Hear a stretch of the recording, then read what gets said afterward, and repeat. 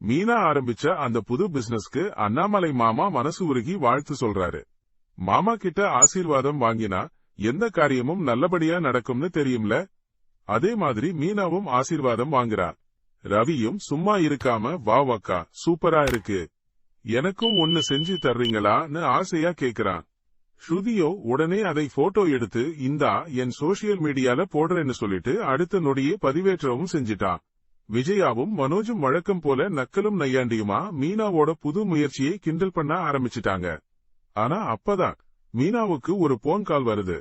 அவளோட புது பூங்குத்து நெட்ல பார்த்ததா சொல்லி எனக்கு 2 பூங்குத்து வேணும்னு ஆர்டர் பண்றாங்க. அதோட பணத்தையும் அட்வான்ஸா அனுப்பி வைக்கிறாங்க.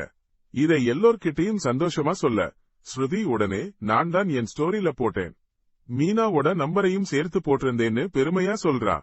முத்துவோ ரொம்ப நன்றி பார்லரம்மா, உன்னாலதான் மீனாவுக்கு ஆர்டரே கிடைச்சிருக்குன்னு மனசார பாராட்டுறான்.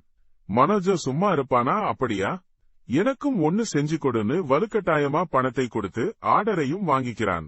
சரின்னு ஒரு டெலிவரிக்காக பூங்குத்த கொடுத்துட்டு வண்டியில திரும்பி வந்துட்டு இருக்கா மீனா.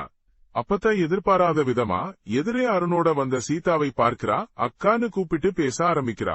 மீனாவும் ரொம்ப சந்தோஷமா பழங்களால செய்யற இந்த பூங்கொத்துக்கு நிறைய ஆர்டர் வருதுடி சீதான்னு தன்னோட மகிழ்ச்சியை பகிர்ந்துக்கிறா.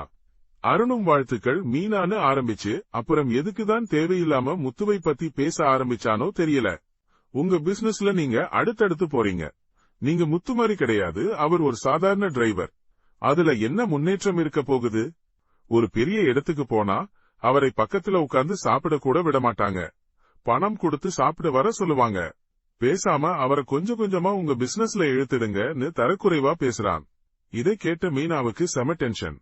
கண்ணு சிவக்க, என்னோட புருஷன் வாடகை கார் தான் ஓட்டுனாரு, இப்போ சொந்தமா 2 கார் வச்சிருக்காரு, அவரோட பிசினஸ்ல முன்னேறிக்கிட்டு தான் இருக்காருன்னு பதிலடி கொடுத்துட்டு அங்கிருந்து கிளம்பி போயிடுறா.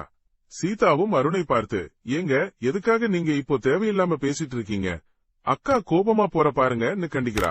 உடனே அருண், நான் யதார்த்தமா தான் பேசினேன்னு சொல்லி சமாளிக்க பார்க்கிறான். அடுத்ததா வீட்ல விஜயா எல்லோரையும் கூப்பிட்டு நாளைக்கு காலையில எல்லாரும் பார்வதி வீட்டுக்கு வந்துடுங்கன்னு ஒரு புது அறிவிப்பை வெளியிடுறா. அங்க நான் ரத்த தான முகாம் நடத்துறேன், நீங்களும் வந்து பிளட் கொடுக்கணும்னு ஆர்டர் போடுறா.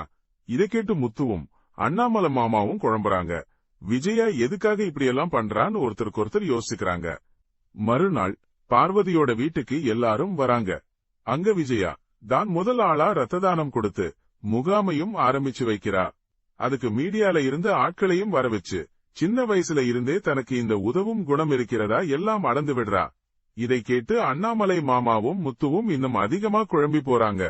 இதற்கு பிறகு நடக்கப் போவது என்ன என்பதை நாளைய சிறகடிக்க ஆசை சீரியல் எபிசோடில் பார்க்கலாம். ட்ரெண்டிங் நண்பன் சேனலை சப்ஸ்கிரைப் பண்ணுங்க. இந்த வீடியோ பிடிச்சிருந்தா லைக் பண்ணுங்க, ஷேர் பண்ணுங்க. அடுத்த வீடியோல பார்ப்போம்.